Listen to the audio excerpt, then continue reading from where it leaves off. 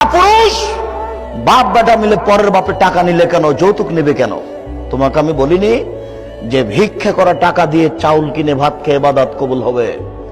ভিক্ষে করা টাকা দিয়ে চাউল কিনে ভাত খেয়ে ইবাদত কবুল হবে। ভিক্ষে করা টাকা দিয়ে চাউল কিনে ভাত খেয়ে ইবাদত কবুল হবে।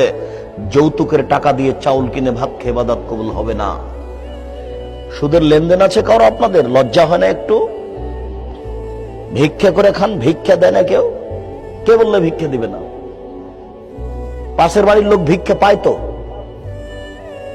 আপনাকে আমি প্রথমে ভিক্ষা করতে বলিনি। আমি বলেছি বাপের জমিদারি আছে, বড় ব্যবসা করেন। টাকা কম আছে, কলা বিক্রি করে খান। তার চেয়ে টাকা কম আছে, চকলেট বিক্রি করে খান। টাকাই যদি না থাকে, দিন মজুরি করে খান। দিন মজুরি করে যদি খেতে না পারেন, ভিক্ষা করে খান। সুদ খেতে হবে কেন? সুদ খেতে হবে কেন? ভিক্ষা করে খান। সুদ খেতে হবে কেন?